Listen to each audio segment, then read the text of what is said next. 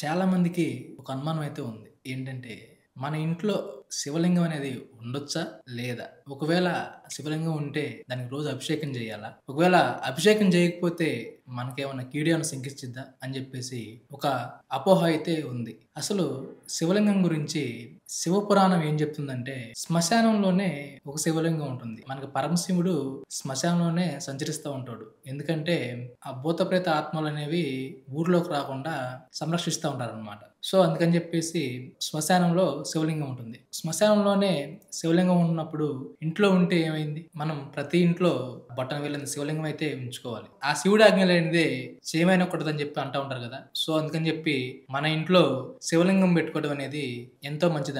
ఈ శివలింగానికి ప్రతిరోజు మంచి నీళ్ళతోటి అభిషేకం జేయాలి. లేదంటే ఒక కొత్త క్లాత్ తీసుకొని వాటర్‌ని వడగట్టి ఆ వాటర్ తోటి అభిషేకం జేస్తే ఎంతో మంచిదనమాట. ఒక్కొక్కసారి అభిషేకం చేయలేని పరిస్థితొస్తే అభిషేకం చేయకున్నా పర్లేదు.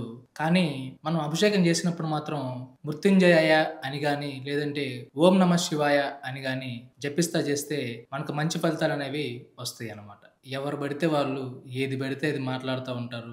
అవన్నీ అపోహలు తప్పితే వాటిలో ఏవి నిజాలుండవనమాట. సో, అందుకని చెప్పేసి మీరు వాటిని నమ్మేసి మీ యొక్క అభివృద్ధిని అక్కడే ఆపేసుకోమాకండి. ప్రతి ఇంట్లో శివలింగం ఉండటం వల్ల ఎంతో మేలు చేకూరుతుందనమాట.